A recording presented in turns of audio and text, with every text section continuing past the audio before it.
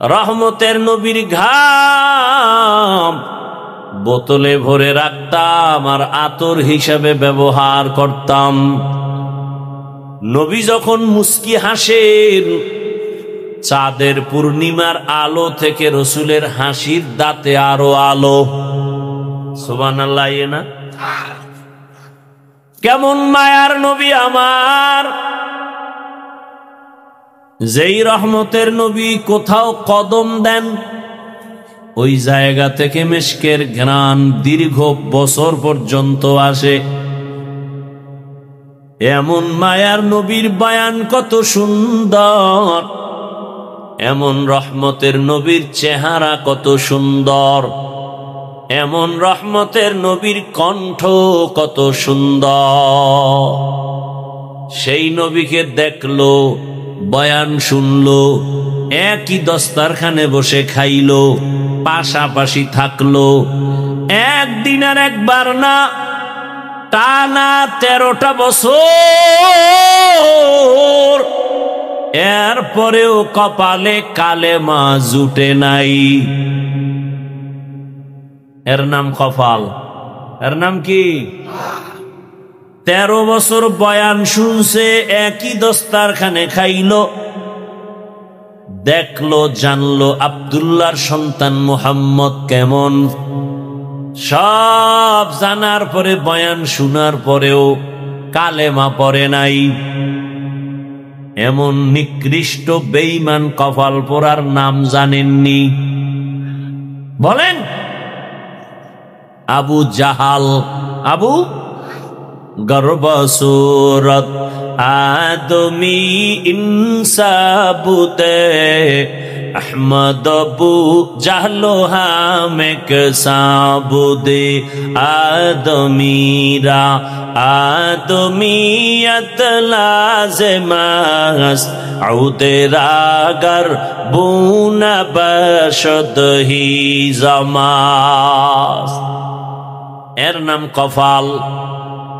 13 বছর বয়ান শুনে কালেমা পড়ে না। আর অন্যদিকে এক 27 বছরের যুবক তরবারি নিয়ে যায়, নবীকে জবাই করবে। কয় বছরের? 27 বছরের যুবক তরবারি নিয়ে দৌড়ায়, নবীকে জবাই করবে।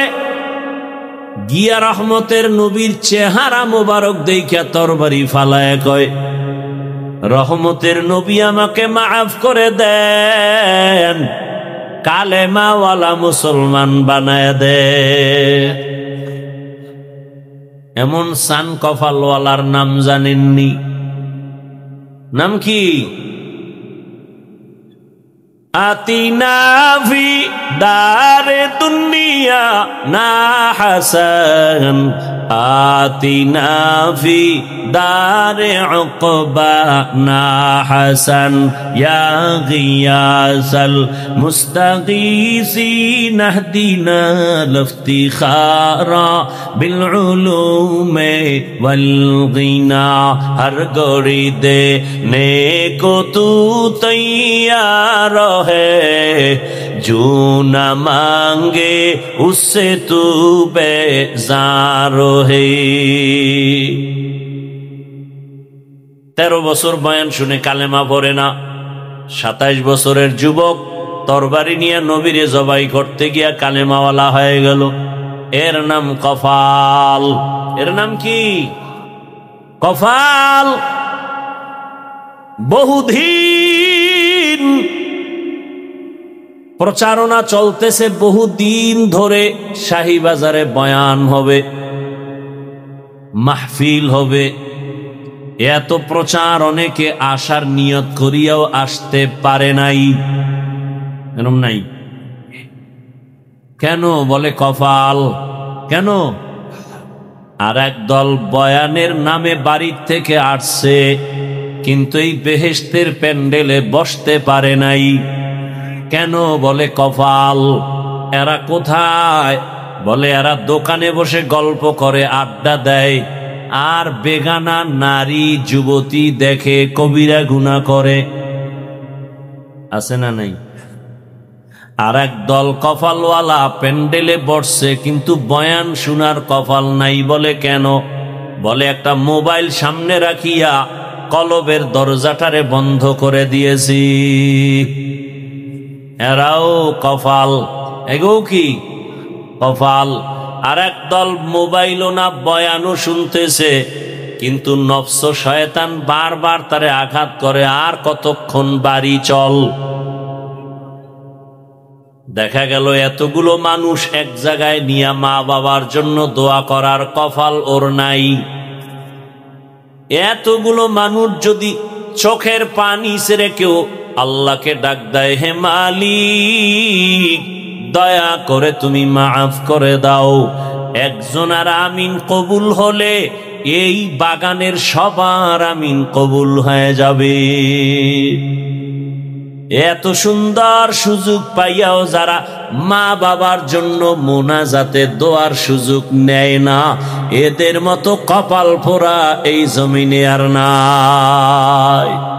আতিনা ফি দারে দুনিয়া না হাসান, আতিনা ফি দারে উকবা না হাসান, ইয়া গিয়াসাল মুস্তাগীসিন ইহদিনা লাফতিখারা বিল উলুমে ওয়াল গিনা। হর গরিদে নেকো তু তৈয়ার है, जो न मांगे उससे तू बेजार है।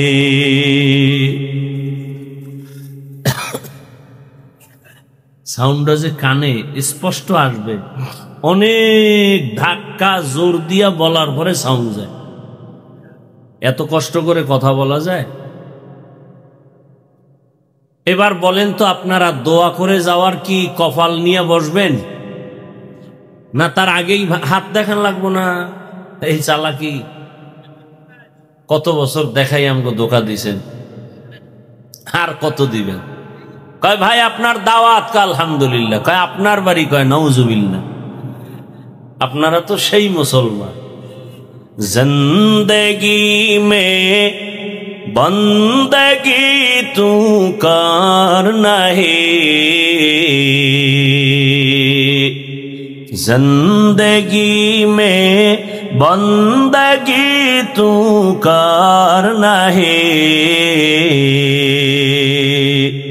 जिंदगी बे बंदगी शर्मिंदा है, जिंदगी बे बंदगी शर्मिंदा है। दुनिया में हो दुनिया का ताल्लुगार न हो, बाजार से गुजर हो खरीदार न हो। ये दुनिया एक मिसल कागज़ फूल है, ये दुनिया एक मिसल कागज़ फूल है, जिंदगी में बंदगी तू कर नहीं, जिंदगी बे बंदगी शर्मिंदा है, जिंदगी बे बंदगी शर्मिंदा है। जिंदगी में बंदगी कुन बंदगी, बंदगी बे जिंदगी शर्मिंदगी। আমি যে একটা আয়াত পড়ছি বয়ানের শুরুতে, দুইটা আয়াত একটা হাদিস, না দুইটা হাদিস, সেই শুরুতে দুই আয়াত দুই হাদিস দিয়ে আজকে বয়ান করব। তার এখন পর্যন্ত ওর ধারেও যেতে পারি না, অর্ধেক বয়ান হয়ে গেছে। এই অর্ধেক বয়ান কি করলাম? প্যান্ডেল আর আপনাদের মনোযোগকে ঠিক করলাম এই অর্ধেক টাইমে। কার কপাল আবু জাহাল মার্কা আর কার কপালটা ওমরের মতো, এটা টের পামু মোনাজাত পর্যন্ত। এতক্ষণ কপাল ঠিক করার বয়ানে অর্ধেক শেষ। বাংলা বুঝেননি? এবার বুঝেন আপনারা কেমন চান কপাইল্লা, যে শুধু আপনাদের অন্তরের মনোযোগটা এদিকে ঘুরানোর জন্য, একুরেট ভাবে কিছু কথা শুনবেন, সেই মন ঠিক করার জন্য আমার এত টাইম গেল। এরপরেও যদি কেউ উঠিয়া যায়, এরপরেও যদি কেউ অমনোযোগী হয়, তাহলে বুঝা গেল আবু জাহাল এখনো মরে নাই। দেখতে থাকবেন মোনাজাত পর্যন্ত ওমরের কপালওয়ালা কারা আর আবু জাহিল কপালওয়ালা কারা, দেখতে থাকবেন। তবে দোয়া করি আল্লাহ ওমরওয়ালা কপাল আমাদেরকে দান করুন। এইবার আমার আয়াত আর হাদিসের তর্জমাটা বলি, তারপরে কিছু ব্যাখ্যা আপনাদের আগ্রহের উপরে। ইনশা মোনাজাত পর্যন্ত ধৈর্য হবে, আল্লাহ তৌফিক দান করেন। ইয়া আইয়ুহাল্লাযীনা আমানুত্তাকুল্লাহা ওয়াকুলু কাওলান সাদীদা। আল্লাহ বলেন, হে মুমিন, তোমরা আল্লাহকে ভয় করো, তাকওয়া অর্জন করো, এবং জবান দিয়া যা বলো সঠিক শালীন ভাষায় বলো। লাভ, ইউসলিহ লাকুম আমালাকুম ওয়া ইয়াগফির লাকুম যুনুবাকুম। দুইটা লাভ হবে। এক নাম্বার লাভ, তোমার যাবতীয় ভুল আমলগুলো আমি সঠিক করে দিব। দুই নাম্বার লাভ হলো তোমার জীবনের সব গুনাহ মাফ করে দিব। আমাইয়ুতিল্লাহ ওয়া রাসূলাহু, যে বা যাহারা আল্লাহ এবং রসুলের অনুসরণ করবেন, ফাকাদ ফাযা ফাওজান আযীমা, তাদের বিজয়টা হবে চূড়ান্ত বিজয়। বলে কেমন? বলে তারা বিনা হিসাবে জান্নাতি। হাদিস পড়েছি দুইটা। নবীজি বলেন, আল মুসলিমু মান সালিমাল মুসলিমুনা মিন লিসানিহি ওয়া ইয়াদিহি। যেই ব্যক্তি মুসলমান, ওই ব্যক্তি পরিপূর্ণ মুসলমান, যার জবানের দ্বারা, হাতের দ্বারা অন্য কোন মুমিন মুসলমান কষ্ট পায় না। বুঝেননি? জবানের কথার দ্বারাও কেউ কষ্ট পাবে না, হাতের কাজের দ্বারাও কারো কষ্ট দেয়া হবে না। সেই হবে আসল মুমিন, সে হবে আসল মুসলিম। আর একটা হাদিস পড়েছি, নবীজি বলেন, মাইয়াজমান লিমা বাইনা লাহিয়াইহি ওয়া মা বাইনা রিজলাইহি আজমান লাহুল জান্নাহ।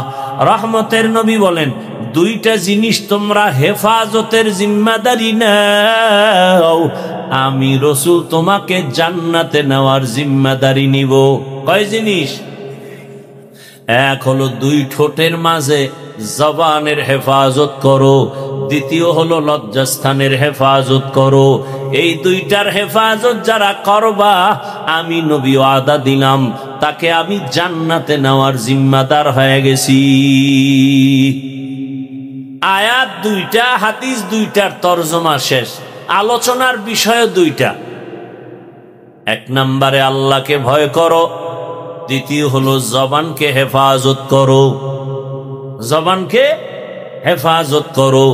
আল্লাহ তাআলা সূরা আহজাবের এই আয়াত, আল্লাহ তাআলা কেন বললেন জবান হেফাজত করো, কান হেফাজত করো কেন বলেন নাই, হাত হেফাজত করো কেন বলেন নাই, জবানের কথা কেন বললেন? বলে পুরা বডির মধ্যে জবান হলো একটা কঠিনতম অস্ত্র। জবানের মতো অস্ত্র তেমন কঠিন নাই। কঠিন এক অস্ত্রের নাম জিহ্বা। প্রতিদিন সকালবেলা মানুষ যখন ঘুম থেকে উঠে, হাত জবান থেকে পানা চায়, আল্লাহ জবানের ভেজাল থেকে মাফ করো, বাঁচাও। চোখ পানা চায়, আল্লাহ জবানের ঝামেলা থেকে আমি চোখেরে বাঁচাও। বুঝেননি? খেয়াল করিয়েন। আচ্ছা, জবান থেকে পানা চায় কেন? চোখ, হাত, পা কেন? কয় ঝামেলাটা আগে জবানে বাজায়, এরপরে হাতের উপরে ফিডা শুরু হয়। ঠিক নি? জবান আগে ঝামেলা বাজায়, ঝামেলার কারণে চোখের উপরে আঘাত। জবানে যদি ঝামেলা যুক্ত কথা না বলে তো হাত নিরাপদ, পা নিরাপদ, চোখ নিরাপদ। জবান এমন একটা কঠিন ঝামেলা যুক্ত অস্ত্র। যেমন আমগো দেশে আছে 2 টাকা দামের ব্লেড। ব্লেড এমন একটা অস্ত্র যে ডানেও কাটে, বামেও কাটে, সামনেও কাটে, পেছনেও। জিহ্বাটাও কিন্তু ব্লেডের মতো, চারপাশে ধার, যেদিকে মারে কাটে। মায়েরে বলে মাও কষ্ট পায়, বাবারে বললেও কষ্ট পায়। জিহ্বা দিয়া কষ্টের কথা ভাইকে বললেও বেজার হয়। জিহ্বা নামের কথায় আল্লাহও বেজার। জিহ্বা নামের কথায় উল্টা পাল্টা কথা বলবা, আমার নবীও বেজার। জবানের কথায় আমার মুসল্লিও বেজার। জবানের একটা কথা উল্টা পাল্টা হলে দুনিয়ার সবাই বেজার, বিধর্মীরাও বেজার, মুমিনেরাও বেজার। আমার কলিজার বন্ধুটা মুহূর্তের মধ্যে দুশ্মন হয়ে যায়, কষ্ট পায় আমার জবানের কথা। গ্রামের মুরব্বীর এই জন্য কয় মুখের কথায় জয়, মুখের কথাই ক্ষয়। জবান বড় মারাত্মক। আর এটা এমন একটা অবস্থা, এটারে রশি দিয়া বান্ধাও যায় না। যায়? হাতে অন্যায় করে রশি দিয়া বেঁধে দাও, পা অন্যায় করে রশি দিয়া বাঁধো, চোখ অন্যায় করে কালা চশমা লাগাও, পট্টি লাগাও, কান অন্যায় করে কানের ছিদ্র বন্ধ করো, ওখানে আর অন্যায়ের কোনো আওয়াজ যাবে না। জবানটারে কেমনে আটকাবেন? কষ্টেপ দিয়াও বাঁধা যায় না। যায়? কেমন এক ভেজাল। পা আটকানো যায়, হাত আটকানো যায়, কান আটকানো যায়, চোখ আটকানো যায়, জবানটারে আটকানো যায় না। এবার এই জবানটারে কেমনে আটকাবেন? কন্ট্রোল তো করা দরকার।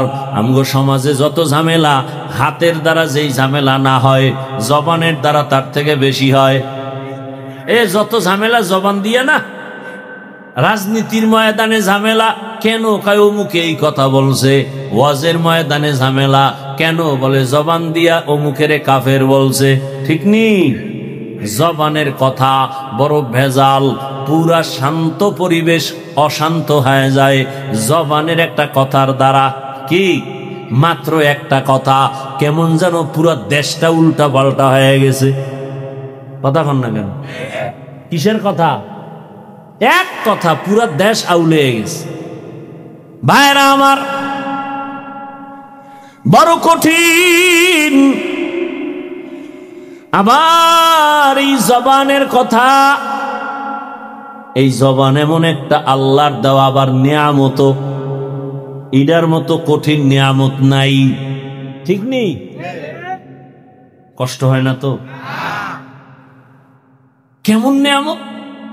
আমি যে হাফিজুর রহমান, প্রথম পরিচয় আমি মানুষ। প্রথম পরিচয় মানুষ ভালো নাকি জিন ভালো না ফেরেশতা ভালো, এটার পরিচয় দেয় আমার হাত। হাত দেখেন তো, পশু, গরু, ছাগল, ভেড়া, বকরি, বাঘ, এই যে পশু আমরা যাকে বলি, ওদের কিন্তু হাত আছে, আছে না?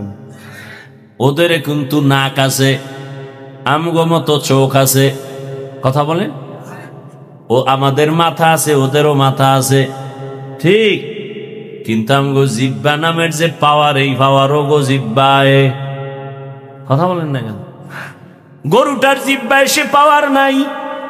বাঘ আমার মতো হাজারো মানুষকে মুহূর্তে দমন করে দিতে পারে, কিন্তু আমার জিহ্বায় যেই পাওয়ার আছে, সারা দুনিয়ার বাঘের জিহ্বায় সে পাওয়ার নাই।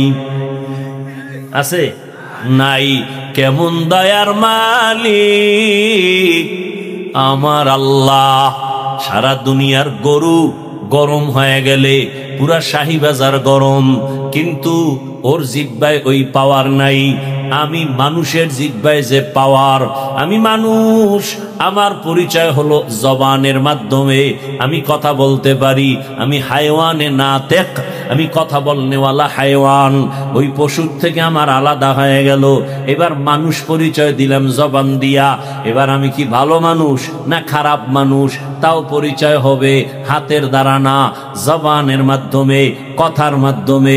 আমার কথার দ্বারা প্রমাণ হবে আমি হিন্দু না, বৌদ্ধ না, খ্রিস্টান না, ইহুদি না, আমি যে মুসলমান পরিচয় হবে আমার জবান।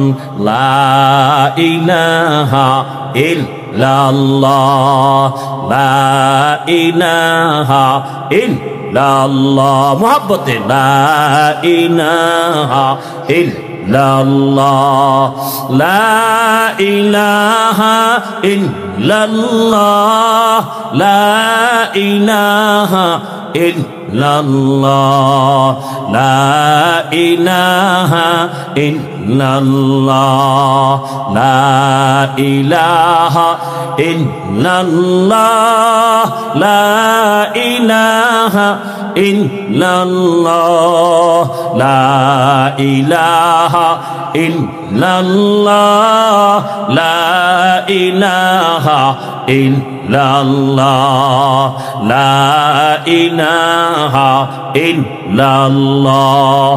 পরিচয় হলো আমি কি? কালেমার দ্বারা কি পরিচয় হলো? আমি একজন মুসলমান। আমার পরিচয় হলো জবানের দ্বারা পরিচয় দিলাম আমি মুসলমান। ঈমানের প্রথম সিঁড়ি হলো ইকরার বিল লিসান। জবানে স্বীকার করো, কালেমা পড়ো, তাহলে প্রমাণ হবে তুমি আমি কি?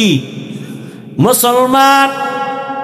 এবার মুসলমানের মধ্যে আমি আলেম নাকি আমি গায়রে আলেম, আমি কি শিক্ষিত আমি কি অশিক্ষিত, প্রথম পরিচয় হবে আমার জবানের কথার মাধ্যমে, ঠিক নেই? এরপরে আলেম পরিচয় হলো, এরপরে আমি ভালো আলেম না খারাপ আলেম, আমার কথার মাধুর্যতায় পরিচয় দিবে আমি সন্তান ভদ্র নাকি অভদ্র, আমি সভ্য নাকি অসভ্য, আমি সুন্দর নাকি অসুন্দর, আমার আখলাক কেমন, আমার আমল কেমন, আমার কথার দ্বারা প্রথম পরিচয় হবে, ঠিক কিনা? তাহলে জবান কত বড় নেয়ামত। আসেন আরো একটু বুঝাবার চেষ্টা করি। দুনিয়াতে আসার পরে এই যে মাউত সামনে নিয়ে কথা বলি, বিদ্যুতের বাতি জ্বলে, আমার কথাগুলো টেনে টেনে হর্ন আমার কথা দূরে সরায়, এই মাইক বন্ধ হয়ে যাবে, লাইট বন্ধ হয়ে যাবে, ইউনিট নষ্ট হয়ে যাবে। ইউনিট মাইক নষ্ট হয়ে যাবে, পুরান হয়ে যাবে, অকেজ হয়ে যাবে, পার্টস নষ্ট, ফেলে দেওয়া হবে। এরপরও সচল থাকলেও সারা রাত মাইক চালানো যাবে না, আবার চালাইতে গেলে ফ্যানের বাতাস দিয়া ঠান্ডা করো, না হয় মেশিন গরম হয়ে গেলে তার মার পুড়ে যাবে, আওয়াজ আর চলবে না। কিন্তু তাকায় দেখো হে মুমিন, এই দুনিয়াতে আসার পরে জিহ্বা নাড়াইয়া কত হাজার কোটি কথা সাপ্লাই দিলাম। কে? কত হাজার কোটি কোটি কথা সাপ্লাই হলো এই জিহ্বার দ্বারা। ভালো করে বুঝো, এই জবানের দ্বারা এত কথা সাপ্লাই হলো।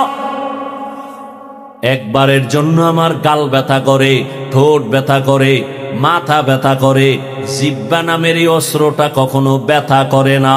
এরে আল্লাহর বান্দা, আমি গাড়ি চালাই, আমার গাড়ি এখান থেকে টেনে দেশের আর এক প্রান্তে আমাকে নিয়ে যায়, এত যে দৌড়াই, গাড়িটার চাক্কা চলে, ওই গাড়ি চালানোর জন্য একটা ইঞ্জিন আছে না নাই? এ গাড়ি কি ইঞ্জিন ছাড়া চলে? একটা ইঞ্জিন আছে, তবে ইঞ্জিনটাও এমনে চলে না, এটারে তেল দেওয়া লাগে, শেষ হয়ে গেলে আবার তেল, শেষ হয়ে গেলে আবার অকটেন, আবার পেট্রোল, আবার ডিজেল, না হয় আবার গ্যাস ঢুকাও। আল্লাহ যে আমার এই জিহ্বা নামের একটা মেশিন দান করেছেন, এই জিহ্বা নাড়াইয়া নাড়াইয়া আমি আমার হাত দিয়া মায়ের যত কাজ করি, এই খেয়াল করেন, আমি আমার হাতের দ্বারা মা বাবার যত কাজ করে দেই, মা বাবা ওই পরিমাণ খুশি না। জিহ্বা দিয়া আম্মু বইলা ডাক দিলে মা যেই পরিমাণ খুশি। একটা সন্তান জিহ্বা দিয়া আম্মু ডাকবে না, খালি কাজ করবে, মা বাপ খুশি হবে না। শিশু বেলা থেকে যখন আমি কথা বলতে জানি না, কথা বলা যখন শুরু করছি, ওই সময় আমার ছোট মুখে আম্মু ডাকের মজা আলাদা, ঠিক নেই? ওই সময়ের আমার আব্বু ডাকের মজা আলাদা, এখন যে ডাকি সেই মজাও আলাদা। ওই সময়ের মজা এমন মজা, ওই সময় যেই বাচ্চাগুলো আম্মু বলিয়া ডাকে না, ওই সময় যেই বাচ্চারা আব্বু বলে ডাকে না, বাবার মনে বড় কষ্ট। আমাদের কাছে অনেক আল্লাহর বান্দারা দোয়ার জন্য আইসা কয়, আমার সন্তানের 5 বছর, আব্বুও কয়া ডাকে না, আম্মু বলে ডাকে না। বারবার মনে চায় ওই সন্তান একটা আব্বু বলে ডাকবে, আম্মু বলে ডাক দিবে। জবান দিয়া কথা বলো, কথা বললেই খুশি।